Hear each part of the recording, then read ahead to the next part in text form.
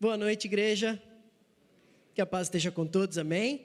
Quem está feliz de estar aqui nessa noite? Dá um glória a Deus aí, bem gostoso, bem bonito. É isso aí, estamos felizes, né? Encerrando o nosso mês quadrangular, mesmo que não seja totalmente encerrado, né? Semana que vem ainda tem culto, ainda em novembro. Aí encerrando com o Circo Salvação, mas sobre os 4 temas, os 4 evangelhos, nós pregaremos hoje sobre a volta de Jesus. Então, se você puder, já abra a tua Bíblia comigo. No Evangelho de Jesus, segundo escreveu João, capítulo 14, por gentileza, João, capítulo 14, verso 1 em diante. Mas antes de nós lermos o texto, eu quero compartilhar um testemunho. E como eu fico feliz de testemunhar, né? Como eu fico feliz de ler um testemunho. Se você tem um testemunho para contar, se tem vergonha de fazer isso no microfone, escreve, manda para a gente, no WhatsApp, que seja. Mas é sempre importante. Quem ama também ouvir testemunhos aí? Esse testemunho começa dizendo assim: venho testemunhar um grande livramento que aconteceu em minha vida. Obrigado. Na última quarta-feira, meu filho sofreu um grave acidente de moto. Ele fraturou a base do crânio e teve, melhor dizendo, diversas outras fraturas na face. Foram 3 dias internado no regional, sendo acompanhado pela equipe do neuro, pois havia o risco de inchaço levando o quadro a piorar. Que levaria, né, o quadro a piorar. Mas graças ao bom Deus, ele evoluiu bem. A medicação fez o efeito necessário e ele não precisou passar por nenhuma intervenção cirúrgica. Quem já pode glorificando a Deus por esse milagre. No sábado recebemos a liberação do neuro e fomos para Sorocaba, onde os médicos acreditavam que tinha uma fratura na face considerável e poderia exigir cirurgia. O bucomacilo, acho que é assim que fala, pediu 2 tomografias, onde, de novo, para honra e glória de Deus, não necessitou de cirurgia. Ele já teve alta e agradeço a Deus, a Ele seja toda a honra e glória. A irmã Kátia, cadê a irmã Kátia? Que ela me entregou aqui. Vamos aplaudir ao Senhor por esse lindo testemunho. É para fortalecer nossa fé de que Jesus pode fazer. Você pode profetizar na vida de 1, 2 ou 3 pessoas que estiverem próximas a você e diga assim: o próximo testemunho vai ser o seu, em nome de Jesus. Eu não sei o que vai ser, mas Deus vai operar um grande milagre na tua vida, na tua história, na tua família, na tua casa. Jesus está no controle de todas as coisas para todo sempre. Quem crê nisso, diga amém.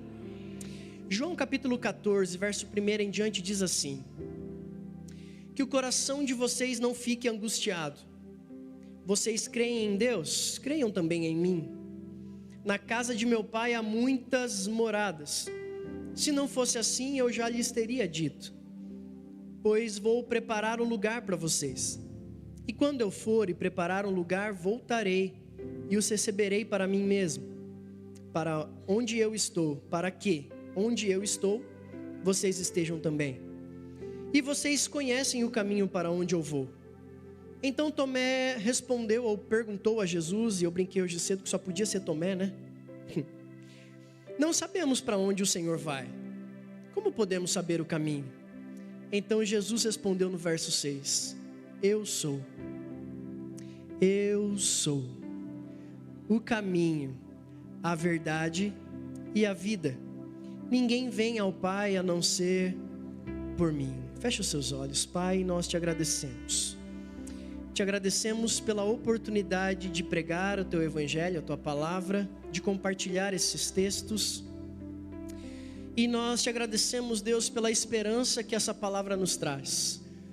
Isso é, sem sombra de dúvida, um dos maiores presentes que nós temos nessa vida. É a partir da salvação reconhecermos que existe uma esperança de que o Senhor Jesus voltará para nos buscar. Então, Senhor, que nessa noite, mais uma vez, assim como o Senhor falou pela manhã, o Senhor fale aos nossos corações. Não deixe que nada roube de nós a poderosa semente da Tua Palavra, mas que ela possa entrar em nosso coração e ela possa germinar e frutificar e dar frutos extraordinários e poderosos em nossa vida ao longo da nossa semana e ao longo da nossa vida.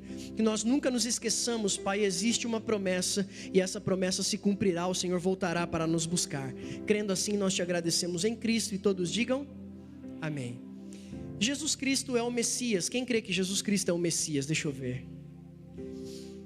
E tão importante isso, e para quem não sabe, porventura, se você é novo, se você ainda está aprendendo, Messias, para quem não sabe, é uma palavra que quer dizer ungido.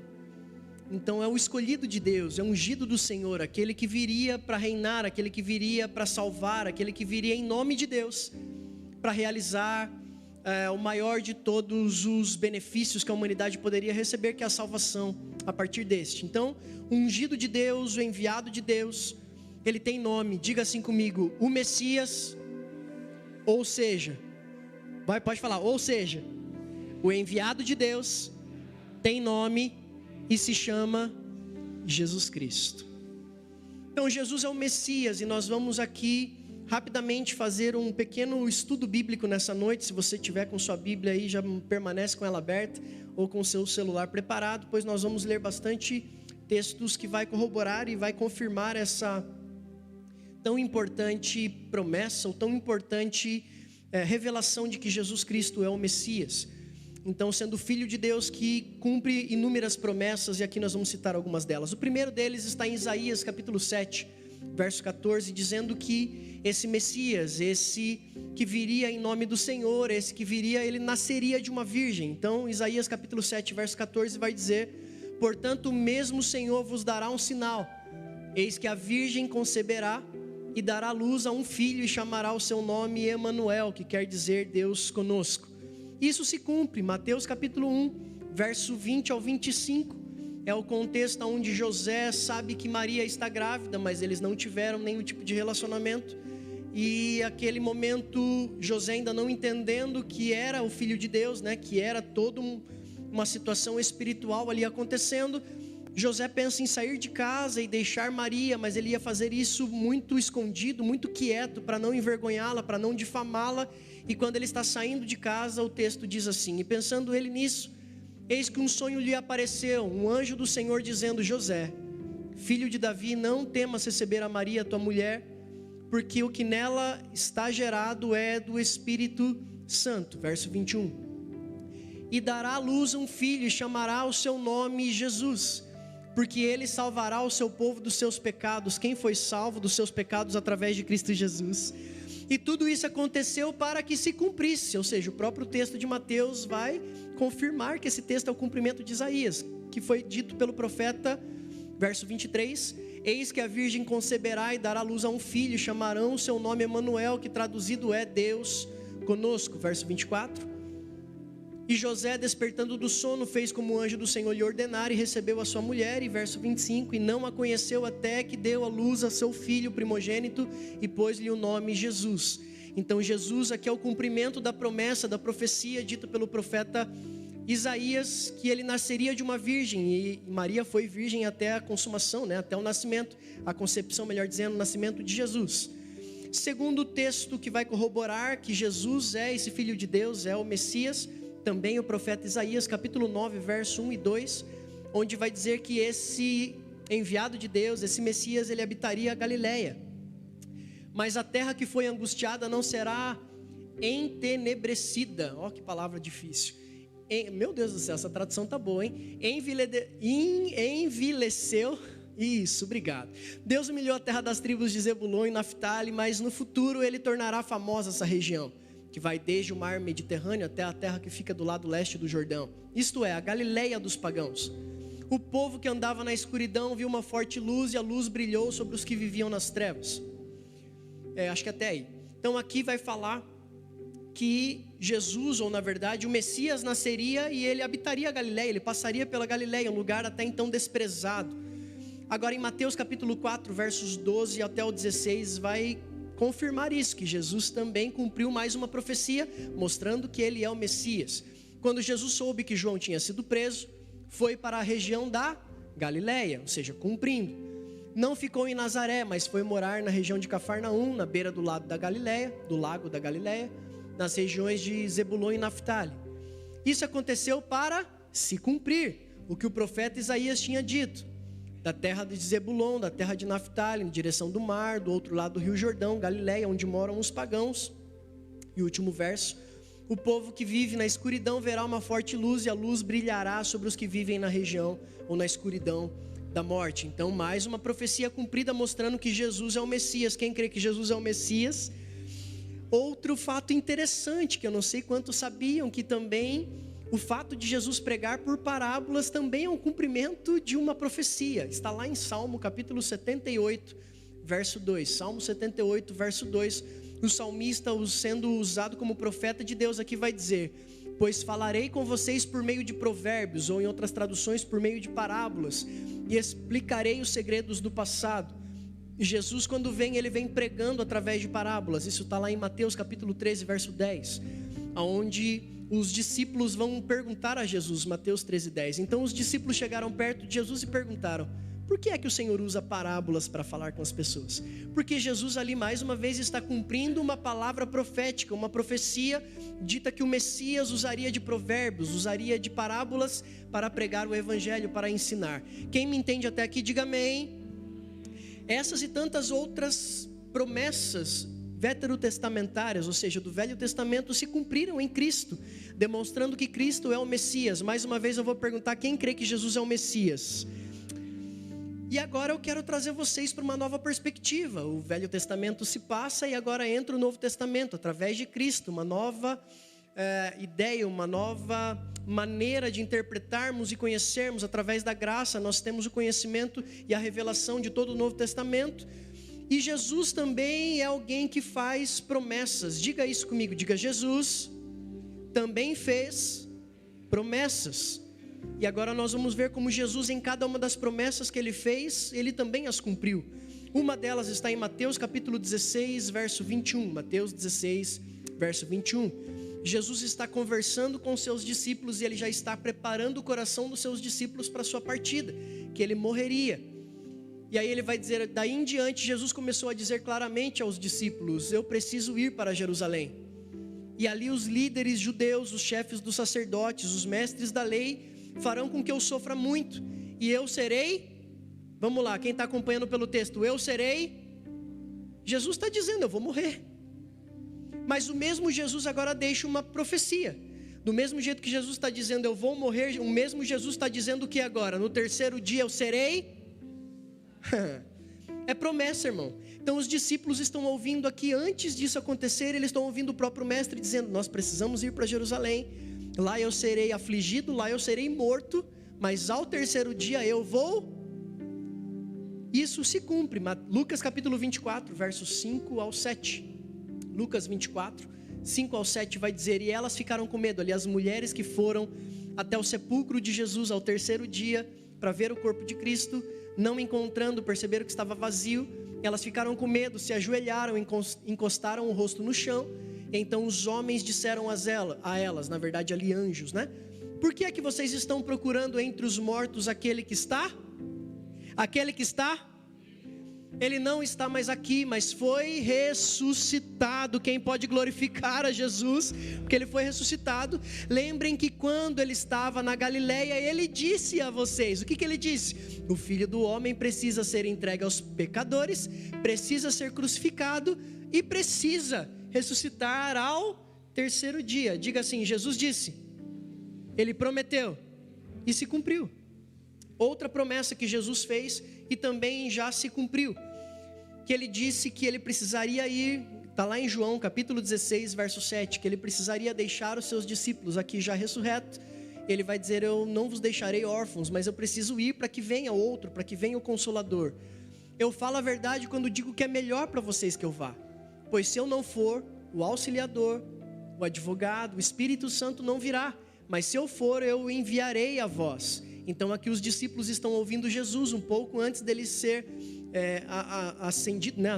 Ir para o céu, assunto ao céu, quando ele está conversando com os seus discípulos e dizendo: eu preciso partir. E seus discípulos provavelmente estão ali pensando: não podemos perder o nosso mestre, não queremos perder o nosso mestre. E aí ele deixa mais uma palavra profética, ele vai dizer assim: eu preciso ir, porque quando eu for, eu enviarei o Consolador, eu enviarei outro igual a mim. E isso se cumpre. Atos capítulo 2, verso 1 em diante. Atos capítulo 2, verso 1 em diante vai dizer assim: quando chegou o dia de Pentecostes, todos os seus seguidores, todos os seus discípulos estavam reunidos no mesmo lugar.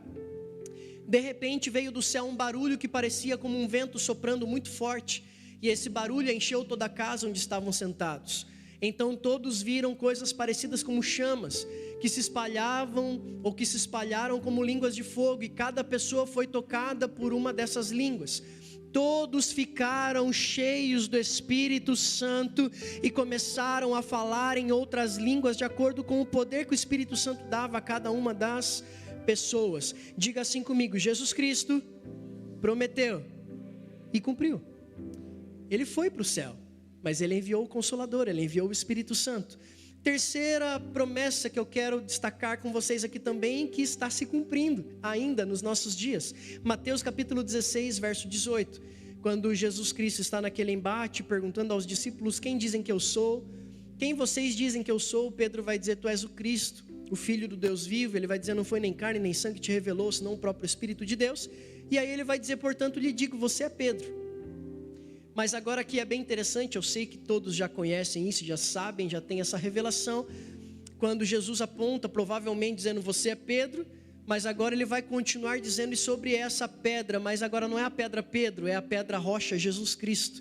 Então provavelmente Jesus para de apontar para Pedro dizendo: tu és Pedro, e começa a apontar: e sobre essa rocha, sobre essa pedra, construirei a minha igreja, e nem a morte poderá vencê-la. Deixa eu te perguntar, Jesus Cristo falou isso aos seus discípulos mais ou menos uns 2000 anos atrás, nesse contexto. Cerca de 2000 anos atrás, Jesus está dizendo sobre essa rocha, que é o próprio Cristo: eu edificarei a minha igreja, as portas do inferno não prevalecerão. Nós estamos em 2025 e as portas ainda estão abertas, a igreja ainda continua prevalecendo, a igreja ainda continua forte e firme, e ela ficará até o final, porque é uma promessa de Jesus Cristo, e tudo que Jesus Cristo promete, Ele... nós continuaremos até o final. Quem se lembra de 2020, época do auge da pandemia no Brasil, em que se fecharam muitas igrejas, as portas se fecharam, mas elas não permaneceram fechadas. Nós estamos aqui outra vez. Pode ser que venham outros casos, pode ser que venham outras situações, pode ser que existam perseguições futuras, mas fica tranquilo, as portas do inferno nunca prevalecerão sobre a igreja do Senhor, porque a rocha é o próprio Cristo, e Ele prometeu que as portas continuariam escancaradas para o Evangelho, amém? E agora eu quero voltar ao texto inicial. Pastor, por que tudo isso que o Senhor fez? Para que a gente volte para o texto inicial agora com uma nova perspectiva. João capítulo 14, quando Jesus começa dizendo: não fiqueis aflitos, não se turbe o vosso coração, crede em Deus, crede também em mim. Na casa de meu pai há muitas moradas, verso 2. Se não fosse assim, eu vou-lo teria dito: eu vou preparar-vos lugar. Mas olha o verso 3: quando eu for e vos preparar lugar, virei outra vez. É promessa, irmão, é promessa, virei outra vez. É profecia, é promessa de Jesus Cristo dizendo: eu vou preparar lugar, mas quando eu terminar de preparar o lugar, eu voltarei para vocês, eu virei outra vez, eu vos levarei para mim mesmo. Quem está aqui nessa noite que crê que essa promessa vai se cumprir? Quem está aqui nesse domingo da volta de Jesus e que tem fé e confiança e esperança de que esse dia já está chegando, que Jesus Cristo voltará para buscar a sua igreja? Quem estará nesse dia glorificando juntamente comigo, estará nesse lugar de eternidade com o Senhor? Pode dar uma forte salva de palmas a Jesus Cristo, pois essa promessa não morreu, ela está viva, ela permanece. Se é promessa, irmão, vai se cumprir. Jesus Cristo nunca deixou uma promessa sem se cumprir, não será essa que Ele deixará. Jesus Cristo vai voltar. Jesus Cristo vai voltar. E eu quero novamente ler com vocês esse primeiro verso, onde Jesus vai dizer: não se turbe o vosso coração. Essa expressão turbar, do grego turbazo, ele quer dizer afligir, ele quer dizer perturbar, ele quer dizer transtornar, desnortear, ele quer dizer sentimento de estrangulamento. Sabe o sentimento que hoje se usa bastante essa expressão, se fala muito da crise de ansiedade. Dizem alguns que têm crise de ansiedade que parece se sentir estrangulado, parece que fecha as vias respiratórias, parece que aperta o coração. É basicamente essa expressão do turbazo: não se turbe, não vos turbe. Então, Jesus Cristo está dizendo nesse momento, e é muito interessante, porque esse contexto, para quem não sabe, ele é dito numa mesa. Ele é dito na mesa da ceia. Jesus Cristo está aqui, dentre as suas últimas conversas, antes de ir para a cruz, com os seus discípulos, e somente com os seus discípulos. E é nesse contexto de mesa, de particularidade, de seletividade, onde ele está com os seus amados, com os seus mais próximos, que ele está dizendo, não se turbe o vosso coração. E aí alguém pode perguntar, pastor, mas por que eles estariam possivelmente com o seu coração angustiado, assustados, nervosos, sentindo esse sentimento de estrangulamento da alma, dos sentimentos? É porque fica como lição de casa, capítulo 12, capítulo 13 de João, Jesus Cristo vai começar a contar aquilo que nós já lemos, dizendo, viu, está chegando a hora, nós vamos para Jerusalém, lá eu serei entregue, eu serei morto, ao terceiro dia ressuscitarei. Então já é uma primeira notícia difícil para eles ouvirem. Aí Pedro vai dizer, inclusive, não, o senhor não precisa. Jesus vai dizer, apartai-vos de mim, Satanás. É nesse mesmo contexto que no capítulo 13 Jesus vai pegar uma bacia com água e uma toalha e vai lavar os pés dos discípulos todos, vai enxugar com a toalha. Então ali as emoções estão todas afloradas. É nesse mesmo contexto que Jesus também está participando da ceia com eles, que Jesus vai dizer assim, um de vós há de me trair. O filho do homem será traído e um de vós me trairá. E aí é nesse contexto que Pedro está olhando para João, o discípulo amado, aquele que encostava a cabeça no peito de Jesus, e vai começar a especular com ele, perguntar para ele, falando assim, viu, pergunta para o mestre, você que é mais próximo, tenta descobrir quem que é que vai trair, porque ali a sensação era terrível, qual de nós será esse que trairá? E aí Jesus vai dizer, aquele que molha a mão comigo no bocado, não onde eu estou pegando pão juntamente comigo. E esse então era Judas, e Judas então é exposto naquele momento e sai. Irmão, imagine comigo todo esse contexto. Então entenda que Jesus está trazendo uma notícia da sua morte, Jesus está lavando os pés dos discípulos, Jesus está dizendo que um há de trair. Eles descobrem que quem é o traidor é Judas, que esteve com eles durante 3 anos e meio, convivendo com eles. E agora Pedro está dizendo assim, mas pode qualquer um te trair, eu nunca te trairei, eu nunca te deixarei, nunca te abandonarei, eu sou Pedro. E aí Jesus vai dizer, ainda hoje você vai me negar, Pedro, ainda hoje você vai me desapontar. Então é nesse contexto que Jesus vai começar esse texto de João capítulo 14, dizendo, não se turbe o vosso coração. Irmão, quantas vezes nós estamos na igreja, mas as nossas emoções estão conturbadas. Quantas vezes nós estamos até mediante ao Senhor, buscando a face do Senhor, mas por N razões e situações e circunstâncias, as nossas emoções estão perturbadas, estão afligidas, estão aflitas. Quem sabe alguém entrou por essa porta nesse domingo dizendo, eu estou angustiado de alma, eu não estou bem emocionalmente, eu não estou forte como eu já estive, ou pelo menos nesse momento eu não estou bem. Então é sobre essa palavra que também eu quero te trazer uma mensagem de esperança nessa noite. Assim como Cristo disse aos discípulos, Ele está dizendo para cada um de nós, não se turbe o vosso coração, crede em Deus e crede também em mim. Na casa de meu Pai há muitas moradas, se não fosse assim vou-lo teria dito, mas eu vou preparar-vos lugar, e quando eu vos preparar lugar, eu voltarei para vós e vos levarei para comigo. Sabe que Jesus está dizendo, não é o momento, é a eternidade. Não fixe os seus olhos para esse momento e para esse instante, mas olhe para a eternidade. Existe uma promessa, eu vou voltar para buscar a cada um de vós e cada um daquele que crê em mim. Então continue confiando, não se turbe o vosso coração, eu permaneço no controle de todas as coisas.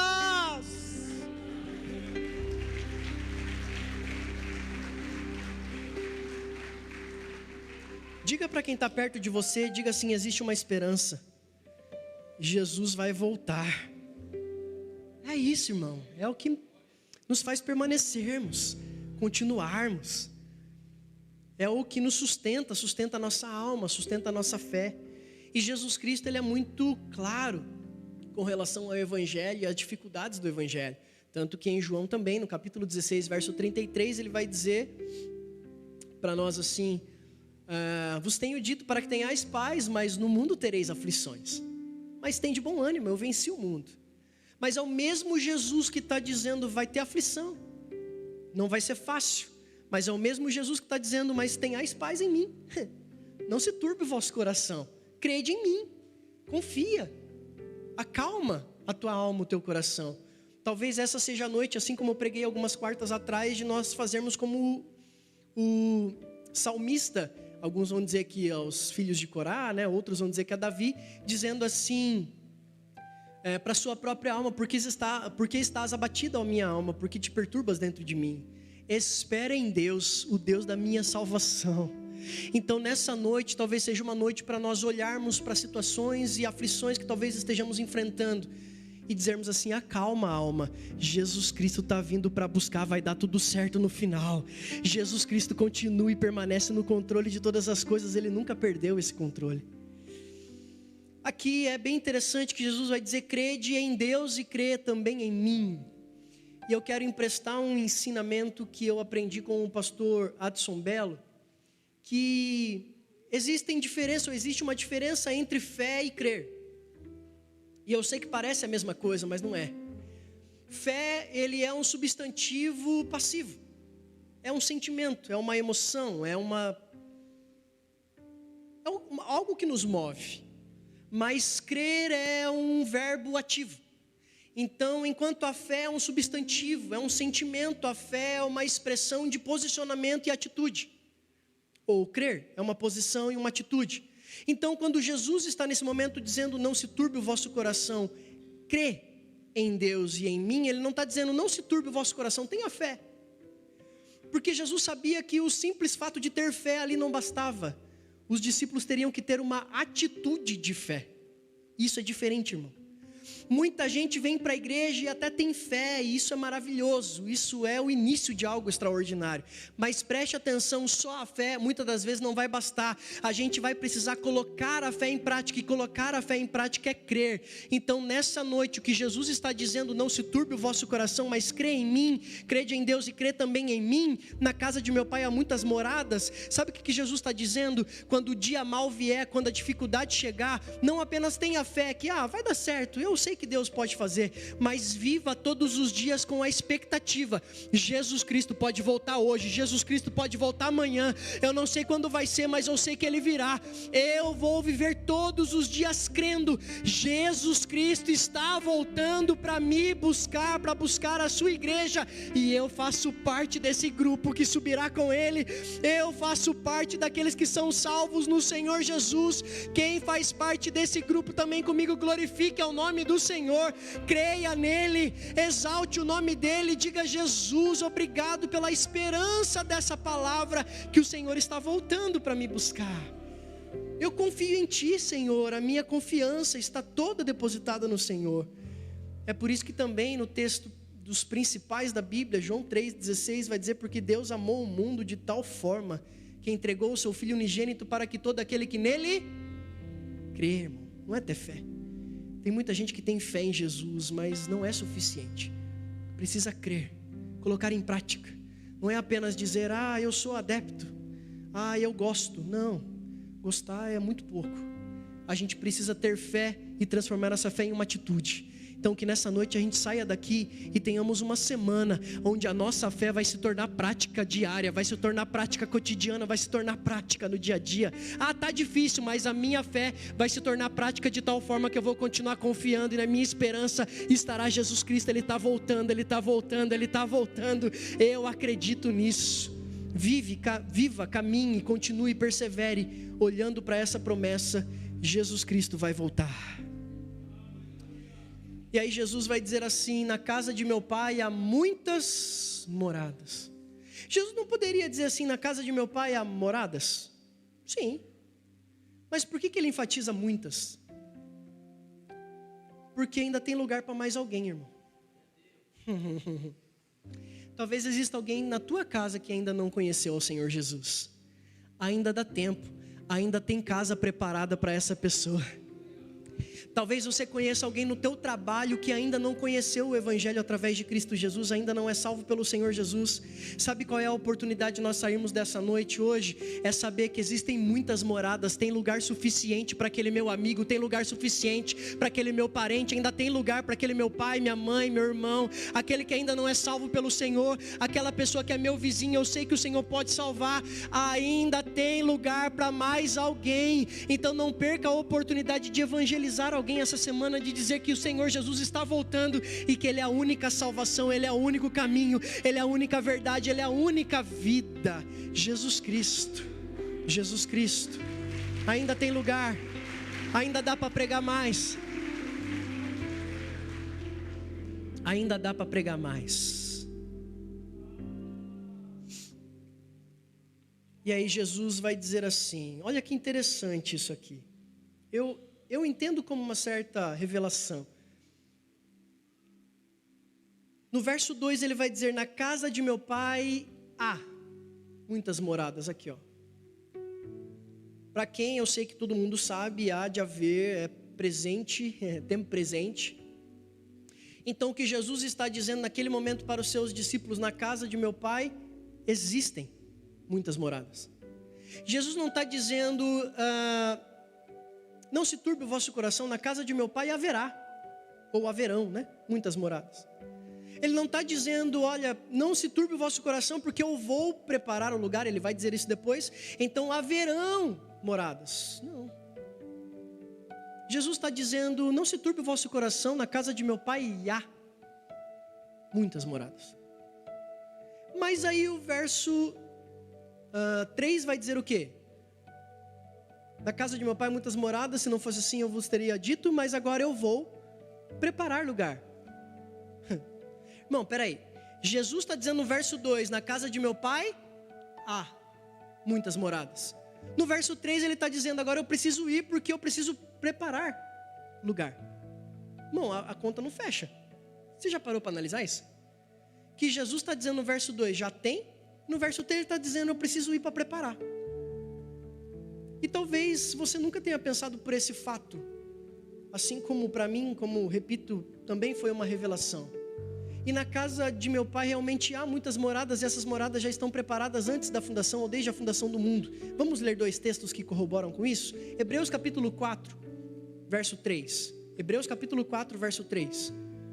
O escritor de Hebreus vai dizer, porque nós os que temos crido, mais uma vez a palavra crer, verbo ativo. Entramos no repouso, tal como disse, assim jurei na minha ira que não entrarão no meu repouso. Ou seja, aqui um fato.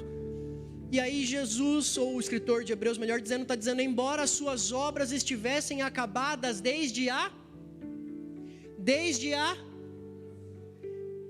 diga assim comigo, as obras já estão prontas, desde a fundação do mundo. Olha o outro texto, agora sim, Jesus dizendo, Mateus capítulo 25, verso 32 ao 34. Mateus 25, 32 ao 34. Aqui está falando do tempo do fim e da separação do joio e do trigo, da ovelha e dos bodes. Então todas as nações serão reunidas diante dele, Cristo, e apartará uns dos outros, como o pastor aparta bodes das ovelhas. E porá as ovelhas à sua direita e os bodes à sua esquerda.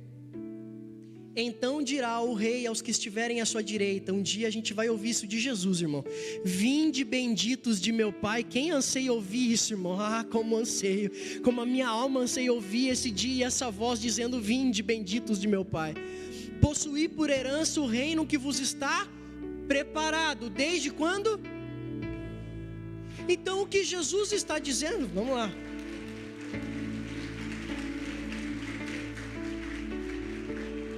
Então quando Jesus diz no verso 2 de João capítulo 14, na casa de meu pai há muitas moradas, Jesus não estava equivocado. Jesus já sabia que as casas já estavam prontas. O reino já estava pronto. O reino já está pronto desde a fundação do mundo. Mas aí, pastor, então o que é o verso 3? Ele dizendo, eu preciso ir porque eu vou preparar-vos um lugar. Isso se completa quando Jesus continua dizendo, e depois eu voltarei, os receberei para mim mesmo, para que onde eu estiver estejam vós também, e vós conheceis o caminho para onde eu vou.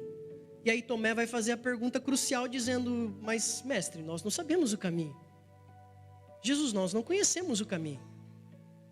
Aí Jesus, eu estou conjecturando, não é isso que ele vai dizer, a gente já vai ler o texto. Mas Jesus basicamente está sorrindo, mais uma vez, estou conjecturando. Está olhando para Tomé e para os discípulos dizendo assim: como que vocês não conhecem o caminho se vocês andaram com ele por 3 anos e meio? Como é que vocês não conhecem o caminho se vocês estão caminhando, comendo, conversando comigo todos os dias? Sabe o que ele está dizendo? Eu sou o caminho, a verdade e a vida. Ninguém vem ao Pai a não ser por mim. Pastor, eu ainda não entendi, vou te explicar agora. Quando Jesus está dizendo no verso 2, na casa de meu pai há muitas moradas, o que ele está dizendo é: a obra já está feita, as casas já estão construídas, o reino já está pronto. Mas então por que o senhor vai? Porque eu preciso ir primeiro. Em 1 Coríntios, se não me engano, capítulo 15, Paulo vai dizer assim: porque Cristo é o primogênito dos mortos que ressuscitou. Sabe o que Jesus está fazendo? Ele está indo primeiro. Ele não está indo preparar um lugar como casas, ele não está indo preparar um lugar como uma construção civil. O que Jesus Cristo está indo preparar é o caminho. Ele está dizendo: eu sou o caminho, eu sou a verdade, eu sou a vida. O que Jesus está dizendo é: eu estou adiantando o processo, eu vou primeiro, porque depois que eu for, para todo mundo que me aceitar, para todo mundo que crer em mim, fará o mesmo caminho, porque eu sou o caminho. Todo aquele que crê em mim não vai precisar ficar procurando para onde é só caminhar onde eu caminhei que vai me encontrar. Eu voltarei para buscá-los, para que onde eu estiver estejais vós também. Eu sou o caminho, eu sou a verdade, eu sou a vida. Ninguém vem ao Pai a não ser por mim.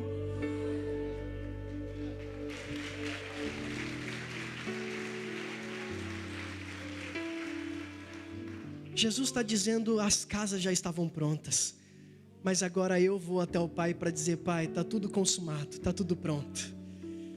Para que o Pai diga para mim: então pode buscar, filho, pode buscar. E é sobre isso que eu quero que a gente faça um momento de oração. Irmão, eu não sei o quanto o teu coração anela por esse dia. Eu não sei o quanto isso te motiva a continuar vindo para cultos como esse ou tantos outros. Eu não sei o quanto isso te cativa para acordar todos os dias e agradecer a Deus pelo dia que você acordou, pelo presente da vida. Mas também, queridos, que a partir de hoje a gente aprenda a fazer isso. Que em cada oração que nós fizermos de gratidão pelo dia que acordamos, pelo alimento que temos, que a gente também agradeça por uma promessa, é a última promessa e depois dela não precisará de outra. Jesus Cristo está dizendo: quando eu for e preparar-vos lugar, eu voltarei para levar-vos para comigo, para que onde eu estiver estejais vós também. O que Jesus está dizendo: eu vos prometo que depois que eu for, o Pai me autorizar, eu volto para buscá-los, e depois que eu buscá-los, vocês estarão comigo para todos sempre. Então eu não sei quantos esperam por esse dia, eu espero, eu anelo esse dia, eu espero por essa palavra dizendo: vinde benditos de meu Pai. Então eu quero que você feche os seus olhos por um instante, ou melhor, antes disso, eu não sou daqui, você lembra? Pra casa voltarei, Ele vem